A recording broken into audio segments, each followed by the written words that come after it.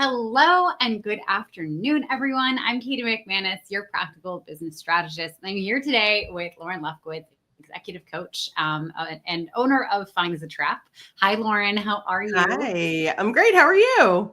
I'm great. I'm really excited for this topic today. Me too. I'm very excited for it. Yeah. So, I mean, just to give everyone a brief summary of how we got to this topic, we're talking about sayings that get twisted so that they can manipulate people. And it came from last week. I shared about how I am going no contact with a family member who voted for 47. I won't say the name. And, how it was a really hard decision to make. And unfortunately, it ended up hurting their feelings. And I feel very sorry for that. But I can't in good conscience continue that relationship because it just speaks to a different set of morals that I don't find acceptable. And someone in the comments shared that saying, that I think we've all heard, that blood is thicker than water. And I've heard this my entire life. And I've heard it used by my family to say we have to excuse bad behavior within the family because blood is thicker than water. Your family will always be there. Prioritize that over your friendships. And what I found fascinating was this person, Justin, who commented, said that the original saying, and I want to make sure I'm getting it right, is that the blood of the covenant is thicker than the water of the womb, which means the exact opposite of how that saying is used. And so Lauren and I started talking about this, and Lauren, you brought up a couple others that, again, were twisted in a way that manipulates people. And I just find it so profoundly fucked up. But I thought it would be such a great thing to talk about. Totally messed up. Yeah. So the one that I recently learned the end of was curiosity killed the cat. Mm-hmm. And curiosity killed the cat is basically the cutesy way of saying shut up. Right. Yeah. It's right. I don't want to hear it. Shut your mouth, quiet down.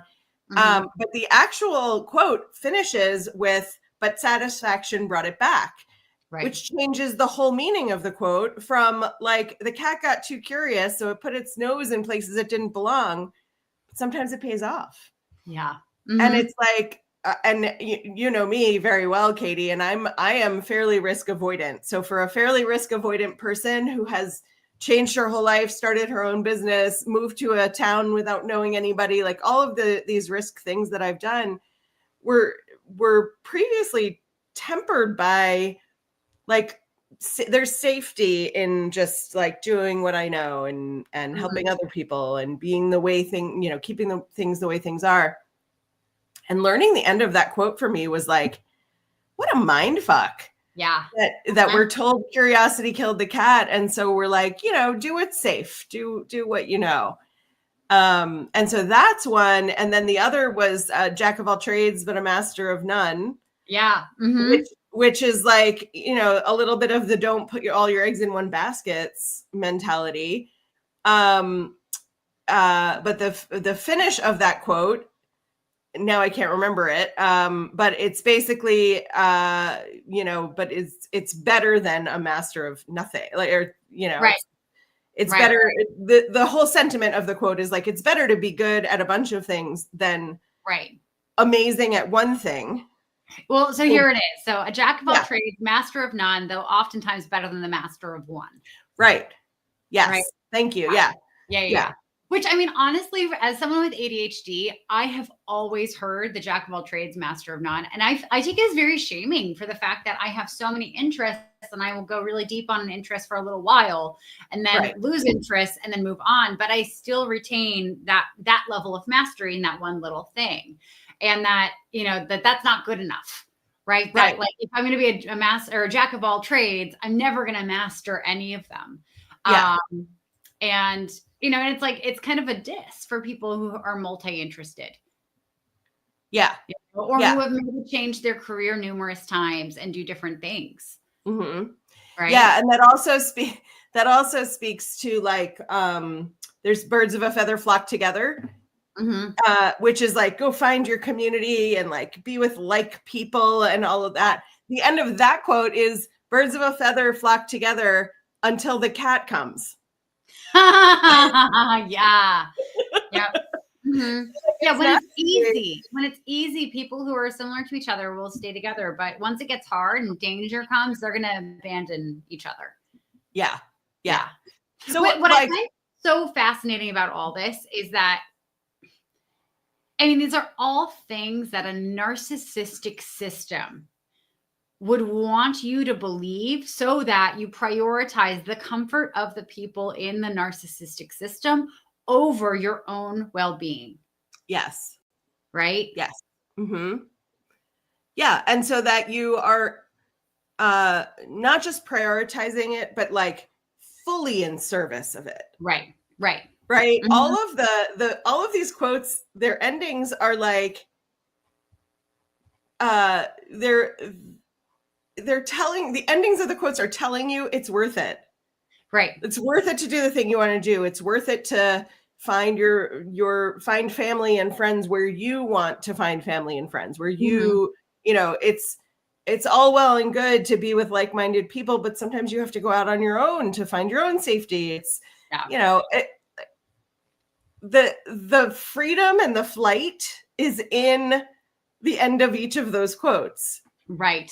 The system to quiet us down and smother us and hold us in chains is the first half of the quote. Totally. Or how the quote is bastardized in some way. Yes. I actually looked up a whole list of these, and the first one on the list actually speaks to me as a business strategist, because it's something that I see a lot of my clients come up against. So you know that saying, the early bird gets the worm? Yes. Yeah. So a lot of people think of that and they think, oh, well, if I'm not the first one to do it, or if I don't get up early enough in the day, or if I'm not like on it like right away, then it's not worth doing. Yeah. Right? That the early bird gets the worm. The second half of the saying, do you know what it is? I don't. Okay. So it's the early bird gets the worm, but the second mouse gets the cheese. Which, you get it? Right? Because for those of you who don't understand how mouse traps work, the first mouse dies. But the second mouse is like, cool, you got free the trap. cheese. I get the cheese. It's fine. Right? Yep. I mean, as a business person, as someone who like, yeah, maybe you slept in one morning, or maybe someone else did the thing first. But I mean, imagine that second mouse, they're watching how the first person screws up.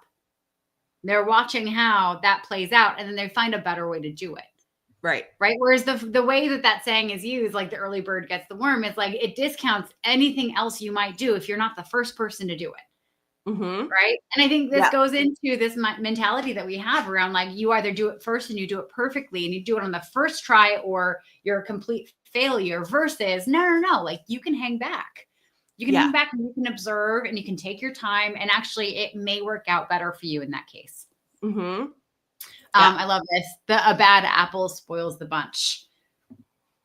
I wonder what the rest of the saying is. Yeah, I wonder what the rest of the saying is too. Anyway. But isn't that fascinating? Yeah, it's fascinating. One of my favorites that I came across was the great minds think alike. Which is, like, I used to joke with my friends, if we would say the same thing at the same time, we would say like, oh, great minds think alike. And we would finish with, and so do ours. Like, we're mediocre, but we're too. But the actual end of that quote is so relevant in what's happening in the US today, which is great minds think alike, small minds rarely differ. Right. And it's this, group think mentality that when we all get like on the same page about something, we may not be on the right page, or the productive page, or the safe page, or the moral page, right? There's like there's like this ganging up mentality. Right. Yeah. Right. Yeah.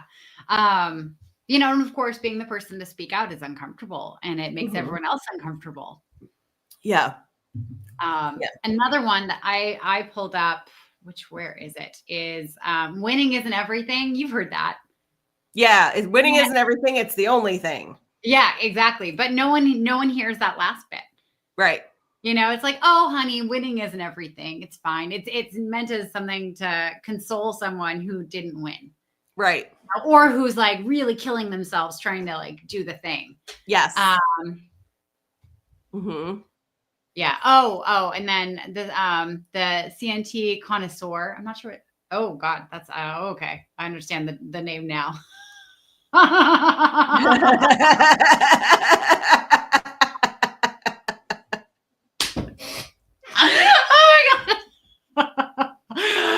Cool. Whatever you want to name yourself. That's great. So they commented. I'm not going to put it up again. Sorry to get political. Oh my God, that just took me out. Yep. I didn't get it originally either, but I'm there now. I'm like, what does that stand for? Oh, okay. It'd be funny if it doesn't stand for that and they don't right. They say, sorry to get political, but whenever people defend the police, they say that there's just a few bad apples. Yeah. But yeah, a bad apple spoils the bunch. Get it? Yes. Okay. Moving on. I'm blushing. It's probably exacerbated by the color of my shirt. Anyway. Yeah. Let's see. What was the other one that I found really interesting? This one comes up a lot when I work on a relationship with money with my clients. That's saying money is the root of all evil. That's not actually the original saying. What is it? The original phrase is, for the love of money is the root of all kinds of evil. Right? And there's so much more nuance in that phrase than money is the root of all evil. Right. Right. You take like the love of money, like someone who loves money in an unhealthy way. Like that is the root of evil, of all kinds of evil. Like it could create bad things in the world versus here's this thing that it's an absolute, this one thing is the root of all evil. It takes all the nuance out. And a lot of people, especially when they, are very aligned to being a good person, and that is a deep-seated goal for them in how they want to live their life. You put them in a situation where they have to start asking for money. They've never sold before. They've never had to ask someone to pay them directly. They always just had a job where they got a salary. You ask them to start working on their relationship with money, and they have associated money with evil. And here they put themselves in a situation where they have to constantly ask for money for people to pay them for their services. It's so hard. But when you add more nuance to it and you give them some context for what the saying actually means and what money actually is, it's not a good thing or a bad thing on its own. It's how you relate to it that can make it good or problematic or evil. Yeah. It's a big part of the work. Yeah. It is fascinating to me how we pick and choose in language. And how that becomes like a societal norm to stop us. Right. And the comment from our connoisseur in the chat. I hope they're enjoying. I hope they enjoy that we got such a weird laugh out of that. Yeah. Oh my God. When I get, this is just a complete aside. When I get old, I actually think it would be really funny to just be a very thoughtful commentator on lives like this and have a completely like unhinged name that like gives people pause. Like, how does that? Oh my word! Yeah. Yeah. That would give me a lot of joy. Anyway, what were you saying? Sorry. I have no idea. Yeah. Yeah. It's, I think there's a lot of like, just in our lives in society, we have a negative bias. We know that we're born with a negative bias. Evolution has made it so that we're always looking for danger. And while there are no lions currently chasing us, and they would probably here have to escape from some sort of a zoo or a privately owned illegal lion owner. We are inherently trained to look out for danger. Right. And language helps us curb ourselves. Right. So if you go back to like the money is the root of all evil quote, I know a lot of people who are in service-based careers, me included, who have a belief that the service and the money are not a match. Right. I'm good at this thing. I do this thing. I provide this service. And like, it comes easily to me and people need it. And people can't get done what they need to get done without me providing this service. Right. And in, full disclosure, everybody, Katie is my coach and also my one of my best friends. And one of the things that we have done a lot of work on is me understanding that there is a financial value in the work that I produce and the work that I deliver and in the way that I partner with my clients. I'm there now, but for 15 years before I started working with a coach and I just side gigged in coaching, I didn't charge people, or I felt bad charging people, or I said like, oh, just pay me whatever you think. Can you imagine going to your doctor, who also provides a service, and saying to your doctor, like, let me pay you for this, and having your doctor say like, oh, no. I just found your cancer. It's no big deal.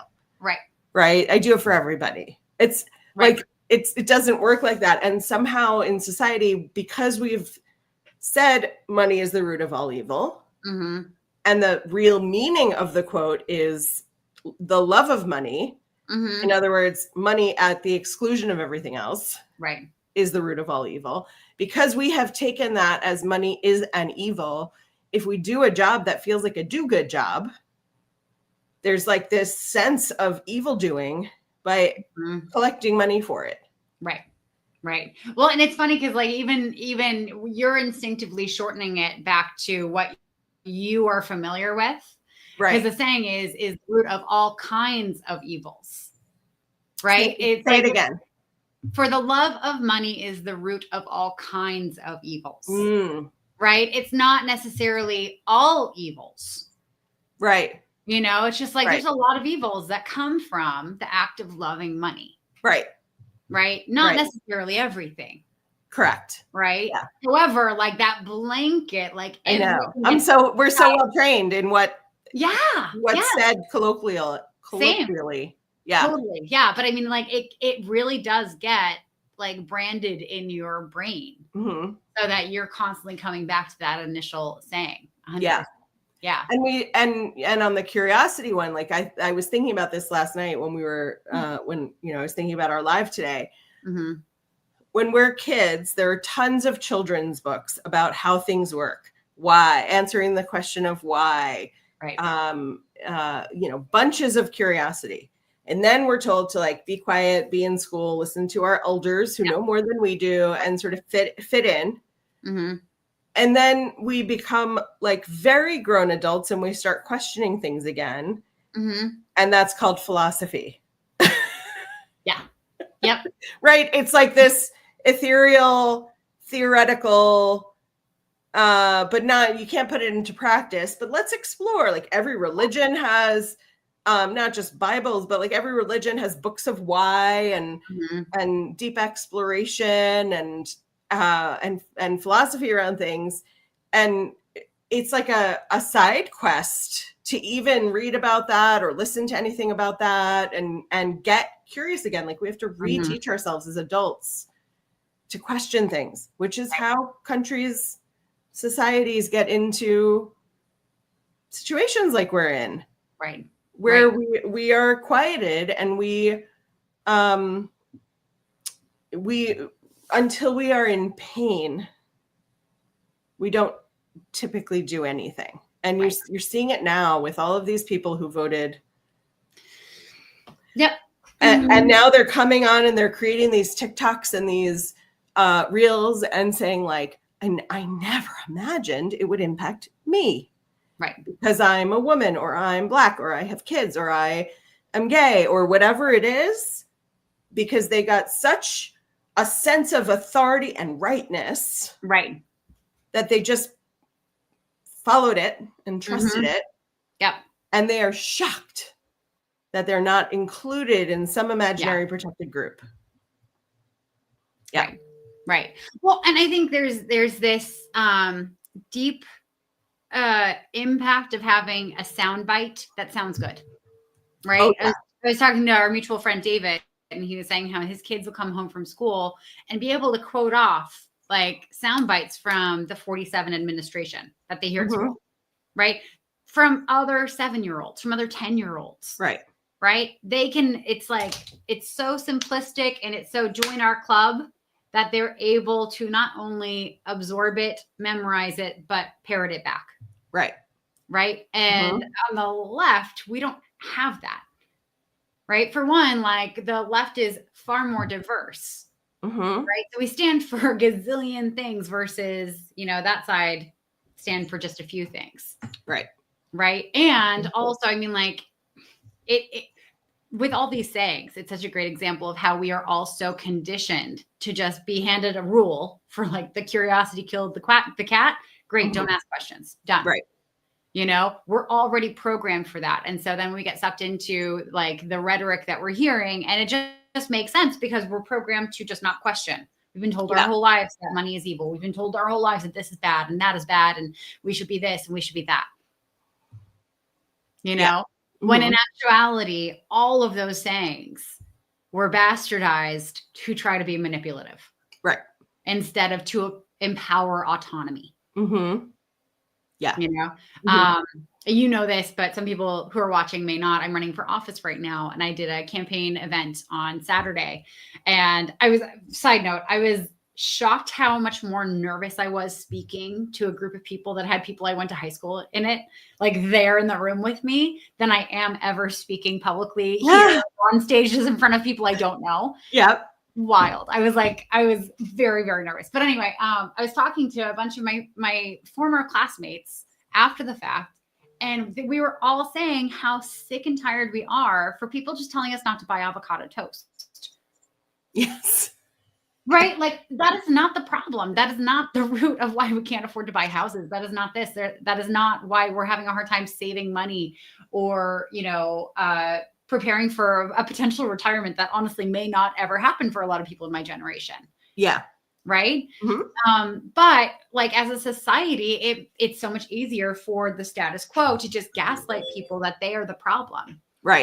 That their instinct, that like what they're clocking as this isn't right. Like that's wrong. You're the problem. Just stop being the problem and it'll get better. Right.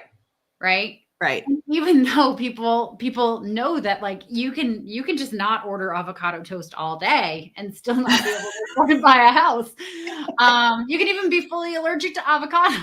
You could build a house out of avocado seeds. There's no limit to what avocado can do for you. Could you imagine if they all started sprouting at the same time and then all of a sudden like it just like traps you inside? God, that'd be awful. I'm trapped in my avocado house. Anyway, oh my God, that would be like the slowest horror movie ever. You'd be like, oh no, it's growing. I should probably just walk out before I should get out of here. Yeah. I have like 2 years to move out. Hollywood, if you want to film this, just we're here. We got the ideas. Anyway, but we're so programmed to just accept gaslighting on a societal level. Right. And I think on the avocado toast point, there was that rhetoric. Like now it's sort of a joke, right? Like it's sort of a meme, living meme. But when it started, there was no acknowledgement of how inflation has impacted the cost of things and how the paid work economy has not grown at the same rate. It really was like anybody older than the millennial generation was like, yeah, you should have bought a house. Stop avocado toast. Stop the Starbucks. Stop the manicures. Stop. And then finally somebody came out with a calculation and was like, you'll save something like if you go to get avocado toast several times a week and coffee several times a week, and you completely stop, you might save $12,000 a year. Right. You might. Mm-hmm. Right. But that, like, it was just so absurd to see this like visual that our younger society was prioritizing luxury foods Mm-hmm. over basic housing. Right. And to like really see it laid out. Right. I mean, it is such a joke that, and I sold a condo last year that I owned for 16 years. I'm a Gen X. I'm a younger Gen Xer. I sold a condo that I had owned for 16 years. And I just happened to be in the pocket of a city where the neighborhood was rebuilt around me. Like the other parts of the neighborhood were older than mine. Those were rebuilt around me. So they were going for triple and quadruple the price of my condo. Right. And my condo was in like very good shape in a very good neighborhood, and it didn't appreciate. Right. And so, you know, I made a tiny bit of money on it, but it wasn't like I made the smart investment, bought a house, and, you know, now I'm walking away with hundreds of thousands of dollars. Like, I got some of my mortgage money back and a little bit on top of that. Right. And I can't afford to buy a house now because I didn't get enough money out of what I already bought. So I'm like in the same place as millennials and Gen Zers, in that the cost of housing, of owned housing, is so far out of reach that if you didn't get lucky in a lower housing economy, right, and then keep upgrading and upgrading and upgrading, like you're in the rental district, and that's okay. I'm happy to be a renter for as long as I want to be a renter. Right. But it was a way to like temper us down and say like, well, I guess avocado is more important to me than owning a house. Yeah. Yeah. Yep. We're that lazy luxury generation. Totally. Yeah. Totally. Well, and you know, I've been thinking about this a lot on a personal level, and you know, now that I'm running for office, because like, you know, part of the reason why I'm running for office is because when I gave up on Philadelphia, I decided it was not the city that I wanted to be in. I didn't know where I wanted to move. I can live anywhere. That's a lot of fucking choices. Right. And so I was like, okay, cool. Well, my parents like don't use half of their house on Cape Cod. Cool. So like, let me throw my stuff in storage and just go hang out there while I try to figure out where I want to move. And over time, like I wasn't excited for anywhere. I'm still like, you know, open to discovering where feels like home for me. But for right now, I would like to be close to my family, my parents and my sister. And I can't find housing on Cape Cod. And it's this thing that like I started talking about how hard it is to find, because there are only currently 3 houses for rent on Cape Cod. 2 are 3 bedrooms, 2 baths, and one is $3,500 a month. The other is $4,200 a month, which is insane. If you're trying to attract like teachers and first responders and healthcare workers, like literally we can't keep doctors here. They can't afford to live here. And the other one is a 4-bedroom for $4,100 a month. Yeah. Right. And that's insane. How are you expecting to spend money on rent and save for a house if you're a person with a normal job? Yep. Right. And I'm talking to more and more people who are my age, who are maybe slightly younger. Everyone is living with their parents. Everyone. Or they were able to buy the house from their parents, or they inherited a house from their grandparents and they're able to live there. But that's the only way people are able to afford to live on Cape Cod. And yet, like, it's fascinating to me that there's this secrecy around it, like as if it is inherently shameful. Yep. When, what is it, like 100 years ago, less than 100 years ago, it would be perfectly acceptable for someone who is unmarried to just stay with their family. Right? There would be no expectation for someone to move out and go and become independent. We've been sold this idea of independence because it makes businesses money, right? Because we're not actually meant to be, we're not a species that's meant to like go and thrive all by ourselves. We're meant to thrive. Oh gosh, are we frozen? Oh no. Lauren, you there? Did I freeze? Uh-oh. Someone, please tell me, can you hear me?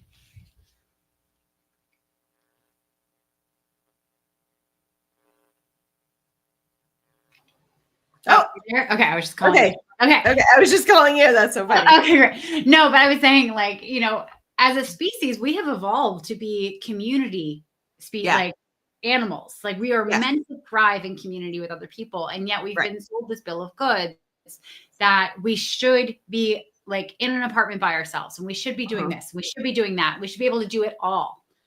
And we need a village. And quite frankly, as women, yeah, it's even worse, right? Because when we were living with our parents, if we weren't unmarried, it was like shameful, right? It wasn't shameful that we lived with our parents. It was shameful that we were unmarried. Yep. And so then there was this like rise of independence in like the 40s and 50s of working girls, right? Coming out of their homes, getting their own apartments with roommates, living in a boarding house with a sort of mother figure, right? And that is not lucrative for the economy. Right. Because if you're living in a group house, then you're paying less. It's only one home. It's owned by one person. Yep. And so then there became the push in the like 80s, 90s of like, get your own place. You can do whatever you want. And the more we are separated, the more we are not in a community. You and I live in separate houses. We are paying for two separate sets of properties. We are right. Like there's, we have to have our own cars. We can't share a car. And so we keep segmenting out all of these individualized needs, which boost the economy. Right. Except our income, nobody's income is growing at the rate that inflation in the economy grows. Totally. So it just can't keep up with it. Right. But anyway, but it's like we've been sold this bill of goods that this is what is socially acceptable. This is what we should be doing. Right. And I don't know about you. When I lived in San Francisco and I had like one roommate, like I would pay for someone else to do my laundry. Right.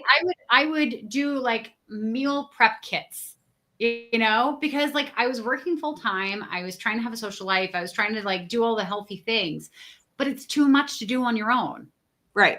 And to the point, for women, even if you do partner up and move in with someone, usually like a male partner in particular, your work increases. It doesn't decrease. Right. Statistically, Absolutely. Women still do 70-80% of the housework. And then it's that much more because there's another person there. Right. Absolutely. And if you are living with another woman or non-binary person or a trans person, your income is likely lower. Right. So even if you are both doing the share of work and like the labor of living together, then you're not bringing in as much money. So you can't afford as many conveniences. Right. It's like the oppression just keeps knocking you down a notch at a time. Right. And I can't tell you how many times I've had a conversation with someone and they're feeling shame around the fact that like it's too expensive for them to live by themselves. Yeah. They're feeling shame that like they have to have roommates or that they're living with family or whatever. And it's like, actually, like if we look at how humans have evolved over time, like that is the model. That is how humans actually thrive. Yeah. Right. Yeah. And among our friend group, we're waiting for like the day when all of the spouses are gone so we can just build a commune on one property. I know. About it, but like, I don't actually hate the idea. I don't hate the idea either. Yeah. We all went on vacation last year together and honestly, it couldn't have been a more supportive, helpful. Somebody was running out to Target, took orders from everybody who needed anything. It was we basically built a socialist community. Like, oh no, don't worry about it because this person's baking for us and that person ordered the deli platters and and we just like lived in this lovely of service little mini community for a week and it was a delight. Well, and what I loved about it was the level of kin keeping. It wasn't just making sure that everyone's base needs were needed. It was, hey, I remember you said briefly that you like Diet Coke, so I got a fuck ton of Diet Coke. Right. I know when I was at the grocery store, I remember that Ariel said that she liked pickles. And I was like, cool, let me get her some pickles. But I mean, there were countless instances. I can't remember the rest of them, but there were countless instances of I overheard you say that you liked this or this made you happy. So I made sure when I was out here to go and get that. Yes. I mean, I still have the sun hat you bought me. Yep. Mm-hmm. You know? Yep. So it's not just having your base needs met. It is. No, it's the thoughtfulness. It's the consideration. And yeah. It is like, it's almost like spiritual tending. Yeah. You know, it is joyful, like harvesting and investing in that, you know, in creating joyful experiences for other people, making sure that other people know that they're cared about. Yep. Valued. Mm-hmm. Yeah. Yeah. And there's something really beautiful about like being with people who you have a comfort level with. Right. And we were all, about half of us were strangers to each other. Right. But having the mentality of being with and not just being in the same room as.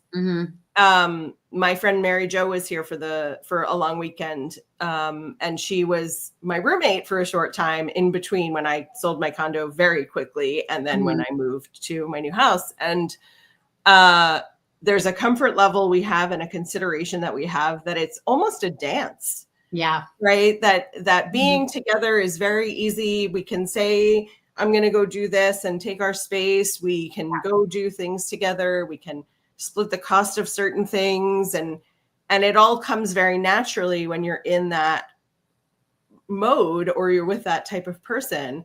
And then you come back into like the daily of society, and we are expected to isolate. We are not independent unless we do everything by ourselves. Right. And that creates people like me who every day fight against my inclination to be hyper independent, to do it all myself, to isolate, to say like, I should solve my own problems. And I think you and I both find that in our client base, that like we attract these high achievers who feel like they have to do a thing before they do a thing. Right. I have to sort out all of my stuff and all of my problems so I can come to my coach or my strategist and tell them what I've already done to be successful so that they can like help me up level, but not help me get like the baseline stuff, right? It's the like working out and getting fit before I hire a trainer so I can show the trainer I already know how to get fit. Yeah. And that's what this push is to have us be independent is like, you know, get out there, do it yourself. That's the win. Right. Otherwise you're too dependent on other people and people will disappoint you. Right. Yeah, totally. You know, there's something fascinating that I heard. It was an interview, I think, between Brené Brown and Adam Grant. And he was saying, you know, what we think builds trust with people actually isn't what builds trust. We think, so instinctively, I think if I offer to help you and I help you, that you'll then trust me. It's actually not what will build trust between the two of us. What builds trust is me admitting to you that I need help and asking for it. Right. And trusting you first. That, you know, to see me as vulnerable and imperfect and maybe, you know, like not strong and independent and all the things. Or like, if you make yourself vulnerable to someone and say, hey, can you help me? They're far more likely to trust you. Yeah. And the people who have trouble with vulnerability often will keep a list of things that other people have done for them because then they feel this heavy weight of the obligation of payback. Right. So it doesn't end up building trust. It ends up building guilt. Right. About having accepted the help. Right. Yeah. Which is very transactional. For sure. Right. And if we're living, I mean, it's so natural that we've ended up there because we live in a world where I'm supposed to be hyper independent. Other people aren't supposed to have to help me. Okay. If they do help me, I have to pay it back in some form. Right. Versus this collective, like, no, we're here to like inconvenience each other in a beautiful way. Yeah. Right. Yeah. There was another article I read and I forget who wrote it. And I actually read it. This was not a TikTok that I'm saying that I read an article and it was TikTok, but it's not the time. That's what I mean. But it was that like true friendship is based on asking to inconvenience each other. Right. So like, you know, would you drive me to the airport? A pain in the ass request. And we've been told to no longer do that. Right. Right. Like it's expected that I'm going to spend money on an Uber, a Lyft, a bus, take the train, to do it all on my own. Mm-hmm. Yeah. Wow, this conversation evolved, huh? I know, but I know, like, we both have a little experience with some narcissists in our past, here and there, maybe a little bit. And once you start identifying gaslighting in one system, so with sayings and idioms, like, you start identifying it across the board. Right. You start identifying it in other relationships, in other systems, in our society. And it's so hard to stop identifying it. Yeah. Yeah. Absolutely. Mm-hmm. Yeah. And there are so many ways to lean in to community building, to finding like-minded people who won't make you small-minded, right? To go back to one of the quotes. Yeah. But to finding people who can elevate you, can help you elevate, and who you can help elevate. And you can build these like micro societies, these micro communities of people who care about a thing you care about or care about each other.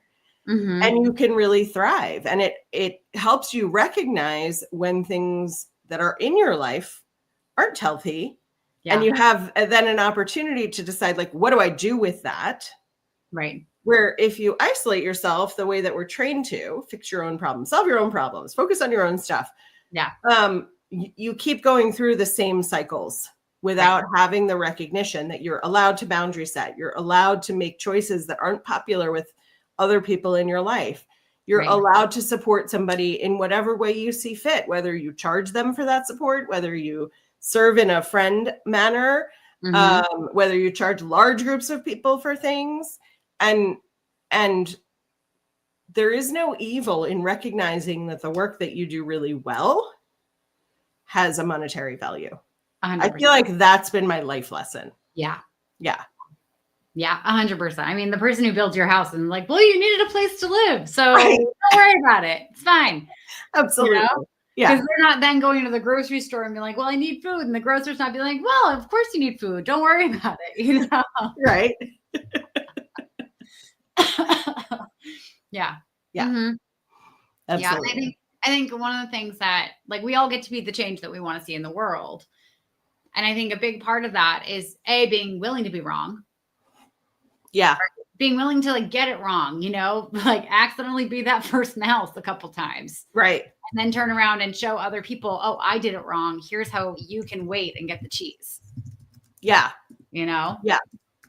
Hopefully not with as dire consequences as the actual literal first mouse. Yeah. And then also like being willing to ask questions and being curious and not getting shut down from a system that doesn't want you asking questions. Right. Yeah. Interestingly, be the change you wish to see in the world is another misquoted quote. No way. What is it? What's the original? What he said, it was similar. He said, we but mirror the world. All the tendencies present in the outer world are to be found in the world of our body. So the paraphrase is be the change you wish to be in the world. But what he was saying was, however you are is what you'll see in the world. Right. But it's funny because when I was looking up the different quotes that get misquoted, I saw that was something that's attributed to him. And like, what a famous quote, right? It's on t-shirts, people have magnets. It's like, people quote that all over the place, all the way. But he wasn't actually saying it as a positive or negative. Right. He was just saying like, we are what we see. Right. The universe is a mirror. However you show up is exactly what you're going to identify. Right. Yeah. Yeah. Yeah. Interesting. Which, by the way, if you watch White Lotus, it's so funny. I haven't watched season 3 yet. Oh, well, I mean, I think it's true across all seasons of White Lotus. You have people who obviously live their life a very specific way, and they expect everyone else to live the exact same way. Yes. Right. So if someone is like, people are out to get you, that's how they live. Yeah. Yeah. I know. I remember when I was starting my business, there were a couple of people who I'd been helping for free. like for quite a long time, who Mhm. weren't my besties, right? Like my besties still get things from me. And if I Right. have a good friend who's an attorney, I can ask them a few questions. Like I'm not going to ask them to come to court with me, but you know, and there were a couple of people who I had to say, like, this is now my business. Right. So I am pulling back on Mhm. the free advice stuff. Mhm. And so this has to be our last conversation about this. And if you're interested in becoming a client, we can talk about that. Right.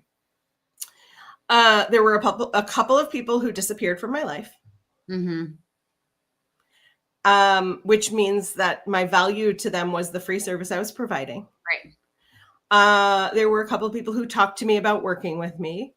Mhm. I got a couple of clients out of Right. people who now heard I was providing this as a paid service, who Mhm. hadn't come to me because like, oh, I don't want to bother her. And, you Right. know, so Right. now I have these structured programs and I can help you and you can talk to me about what that is instead of us saying like, oh, I don't know what I try. Oh, I don't know. What do you need? Right. Right. But it was interesting that like I recognized how much value I was providing Mhm. because when I took it away and they weren't getting that particular value anymore, and that was missing from their lives, was like, oh well. Right. And I also felt, oh well, because I wasn't really getting value on the flip side. Right. Right. Right. And Mhm. so it was like, okay, well, now I've opened space in my life to provide the professional service that I want to be providing Right. in a way that's also like heart impact for me Mhm. and financially rewarding. Right. Right. Well, and I think there's a distinction to be made around how every relationship we have is an inherent exchange, right? But that doesn't necessarily mean it's transactional, Correct. right? Yeah. There's a difference between, oh, well, I did this favor for you, so now you owe me. And hey, you're my friend. Of course, I'm going to do a favor for you. But Right. like the exchange we get is that you're my friend. Right. Right. And like Mhm. it creates like me doing a favor for you makes a stronger bond between us, Right. you know, and Yeah. like, you know, friends have that kind of like one way, other way, one way, other way kind of exchange all the time. It doesn't necessarily Yeah. have to be transactional. Yeah. And when the relationship is deep and layered, Mm-hmm. we don't think of it as transactional. Right. Right. It doesn't even occur to us that it could be transactional Right. Right. because there is so much give and take Right. and so much togetherness that like there's nothing to count. Right. It's just Right. like existing together. Right. Yeah. Yeah. Yeah. I had an experience several years ago, and I'll be vague about details because I don't want anyone to know who I'm talking about, with a friend who was always trying to do favors for me and would sometimes make problems for me to create a favor that she could do for me. Mm. And it was interesting. And I very much pulled away when I realized there was this dynamic that was like, make the problem, do the favor. Yeah. And I remember talking to her when like she and her partner were moving out of California to a place where like weed wasn't legal.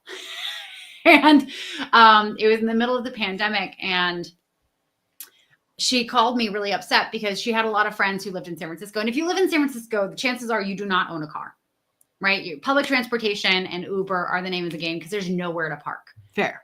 Right. And she was furious because these friends whom she was like, I've done this favor. She had a long laundry list of all the favors she had like forced on them, you know, wouldn't go across town to the dispensary that she wanted her pickup from to pick up her weed for her before she moved. and it was in that moment that I was like, oh, I understand now. I see it now. Yeah. Oh, this was not a friendship. This is like a bank account where you're banking favors, wanting favors back. Right. Right. And like, mind you, this is early days in the pandemic. We like people were dying. There were refrigerator trucks of dead bodies everywhere. Like, you know, people were terrified. Of course, people didn't want to get on a bus or in an Uber and be unprotected. to go somewhere that like, it was a nice to have. It wasn't a necessity. It wasn't like, Right. you know, her cancer medication. Mm-hmm. Right. Yeah. So, yeah. Yeah. But anyway, we have gone deep in this Oh my live. goodness. Yes. Anyway, if anyone has any other sayings that you find fascinating that got, you know, bastardized to be more manipulative, please send them to Lauren and me. I think this is our new side quest that we're going to be digging into. Yes, absolutely. Bring all the butchered quotes. Yes. Yeah. Mm-hmm. And I have to say, Lauren, I am so eternally grateful that you're in my covenant. Oh, me too. For you. You know, to go back to that original saying. So grateful we stumbled across each other, and yeah, absolutely. Which, I mean, it's the beauty of the internet. You know? It is. We were LinkedIn friends first. And then I attended one of your Friday calls, and then here we are all these years later. Yeah. Yeah. And so many more years to come. Yeah. Absolutely. Yeah. And for everyone watching, I hope you start questioning all the things you're told. Mm-hmm. And make friends on the internet. That too. Yeah. Yeah. And, you know, make funny names on the internet and comment on people's stuff to give them a giggle. Oh, that is actually, I'm going to go back and clip that because I think that part was really funny. What is this?